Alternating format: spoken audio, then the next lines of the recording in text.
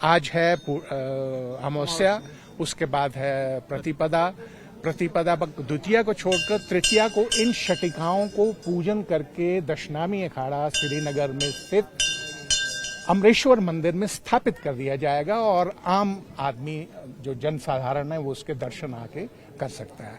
उसके बाद नाग पंचमी जो कि 29 जुलाई को है, वहां पर विधिवत पूजन होगा।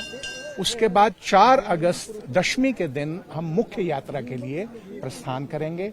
तो मार्ग में आने वाले जहां हालात जब यहां अच्छे थे, विषम परिस्थितियां बनने से वो जो रात्रि पड़ाव थे वो अब इस समय उन सभी पड़ावों पर पामपुर, बिजबहाड़ा, अनंतनाग, मारतंड, ऐशमुकाम होते हुए गणेश बल में पूजन होगा और दशमी और एकादशी की रात्रि हम विश्राम करेंगे पहलगांव में। द्वादशी की रात्रि चंदनवाड़ी, त्रयोदशी की रात्रि शेषनाग में, चतुर्दशी की रात्रि पंचतरनी और अंततः श्रावण पूर्णिमा जो कि इस वर्ष 9 अगस्त को है, विधिवत छड़ी मुबारक को लेकर जाएंगे और वैदिक मंत्रों से पूजन अर्चन किया जाएगा। मैं जो हमेशा प्रश्न पूछना चाहूंगा, ये जो होली मेष है छड़ी, इसका महत्व क्या है? जी, छड़ी मुबारक वास्तव में ये शटिकाएं हैं। Chhari Mubarak it sounds as if it is one, लेकिन ये वास्तव में 2 शटिकाएं हैं। ये है काष्ठ की, लेकिन इनको प्रोटेक्ट करने के लिए रजत जड़ित है, सिल्वर कोटेड है। तो जो प्राचीन कथा है वो ऐसे तो कश्मीर प्राचीन काल से ही शिव उपासकों की धरणी रही है। यह जो स्थान है कश्मीर, ये कश्यप ऋषि के समय बसाया हुआ है। ये पूरा जलमग्न था और इसका नाम जो पौराणिक है वो सतीसर, जैसे अमृतसर और दूसरे सर का अर्थ सरोवर, ये पूरा पानी में था। तो यह कश्यप ऋषि ने इसको ड्रेन आउट किया इस पानी को, और उस समय ये पूरा जलमग्न था। 3 शिखर नजर आते थे, हरमुख जो कि गांदरबल डिस्ट्रिक्ट में है, विष्णुपाद जो कुलगांव डिस्ट्रिक्ट में है, और अमरेश जो कि अमरेश्वर और अमरनाथ जी, अब इसका प्रचलित नाम अमरनाथ जी है। केवल वो पूरा जलमग्न था, 3 शिखर हमें नजर आते थे, हरमुख, विष्णुपाद और अमरेश्वर। तो ऐसा जो हमारे पौराणिक कथाएं हैं उनके अनुसार जब माता पार्वती ने भगवान शिव से आग्रह किया कि मुझे वो कथा कहें जिसको सुनने से सभी प्राणी जीव जन्म और मृत्यु का जो चक्र है, जो cycle of life and death है, उससे वो मुक्त हो जाए, तो वो भगवान शिव ने उस पवित्र गुफा में, जहां हम अब 9 अगस्त को रक्षाबंधन के दिन और श्रावण पूर्णिमा के दिन जाकर पूजन करेंगे, वहां पर उन्होंने वो अमर कथा उस देवी को कही।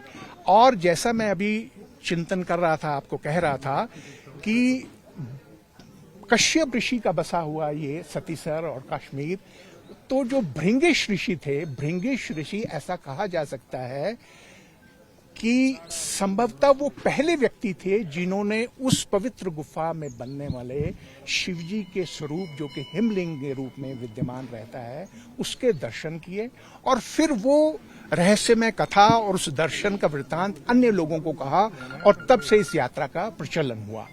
तो जो मेरी जानकारी है उसमें ये मारतंड के जो पुरोहित हैं वो कहते हैं कि कश्मीर में जब वो युवा थे, जैसे अभी 70-80 साल का कोई व्यक्ति है, वो कहता है जब मैं युवा था तो मारतंड में 13-14 डिग्री से ज्यादा तापमान नहीं होता है और इतनी वहां बर्फ होती थी मार्ग में कि 50, 100, 200, 400 लोग आते थे। देश के विभिन्न हिस्सों से लोग आते थे मारतंड तीर्थ में पुरोहितों को लेकर, कुछ साधन खाने पीने का लेकर वो यात्रा किया करते थे। तो जो सबसे पहले जो पड़ाव शुरू होता है, वो कहते हैं कि नंदी को भगवान शिव ने जब कथा सुनाने गए, वो किसी निर्जन स्थान की तलाश में थे कि ऐसा निर्जन स्थान में मैं वो चीज, उस रहस्य में अमर कथा को कहूं जिसमें कोई अनाधिकारी उसको सुन ना पाए। तो उन्होंने सबसे पहले नंदी को छोड़ा पहलगांव में, बैलगांव से अब ब्रंच होके बन गया पहला गांव या बैलगांव। उसके बाद चंदनवाड़ी में उन्होंने चंदनवाड़ी का विसर्जन, चंद्रमा का विसर्जन किया। शेषनाग में शेषनाग को छोड़ा, जो पंचतरनी उन्होंने जटाओं में उनके विराजती है उसको वहां छोड़ा और अंततः उस गुफा में वो पहुंचे।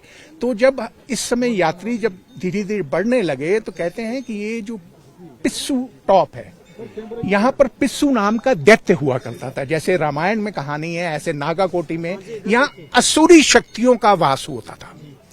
तो यहाँ पर जो यात्री जाया करते थे, जैसे रामायण में कहते हैं कि जब भगवान रामचंद्र यज्ञ हवन किया करते थे तो असुरी शक्तियां जो असुर हैं वो उसमें बाधा डालते थे, ना करने के लिए उसमें कोई ना विघ्न का प्रयास करते। तो ठीक इसी तरह से जो पिस्सू नाम का दैत्य उस पिस्सू घाटी में निवास करता था और जो नागाकोटी में असुरी शक्तियां थी वो इस तीर्थ यात्रियों को बाधा यात्रा में पैदा करते थे।